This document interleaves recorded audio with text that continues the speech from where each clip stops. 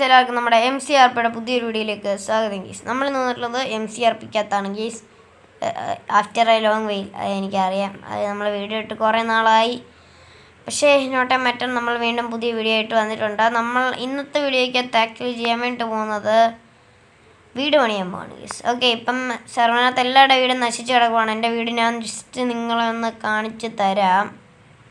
Okay, നിങ്ങളെ ഞാൻ എൻ്റെ വീടൊന്ന് കാണിക്കാം. Wait a minute. ഇതാണ് ഇപ്പോഴത്തെ നമ്മുടെ ഇവിടത്തിൻ്റെ അവസ്ഥ.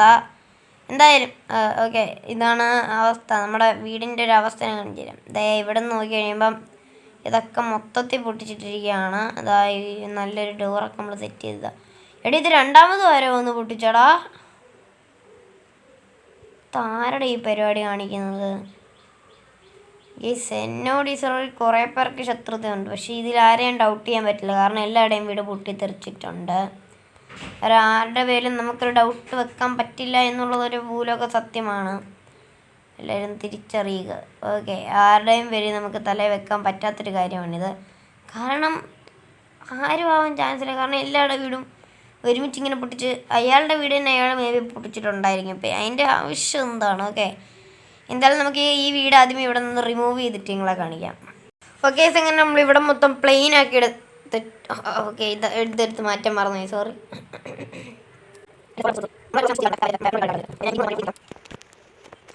അതങ്ങനെ ഫൈൻഡ് കംപ്ലീറ്റ് ചെയ്തെടുത്തു. 4 ഘട്ടം മുകളിൽ കിടപ്പുണ്ട്. അത് മൈൻഡ് ഉണ്ടാകാൻ കുഴപ്പമില്ല, അവിടെ ഇരിക്കട്ടെ. ഇവിടെ 3, 2, 1 എന്നുമ്പോഴത്തേക്ക് ഇവിടെ ഒരു വീട് കാണിക്കുക. 3, 2, 1. ഓക്കെ, അപ്പോൾ എൻ്റെ കയ്യിലുള്ളായിരുന്ന സോഡ് വരെ പിറക്കി വിറ്റ് കഴിഞ്ഞിട്ട് എൻ്റെ കയ്യിൽ ഇപ്പോൾ ആകെയുള്ളത് ഈ ഒരു ബെഡും ഈ ഒരു ചെസ്റ്റുമാണ്. പേടിക്കേണ്ട കേസ്, എൻ്റെ എൻ്റർ ചെസ്റ്റിൽ കുറേ ഡയമണ്ട്സ് ഒക്കെ ഇരിപ്പുണ്ട്. പക്ഷേ നമ്മുടെ വീണ്ടും പണിയൊക്കെ നമ്മൾ പൂർത്തിയാക്കി.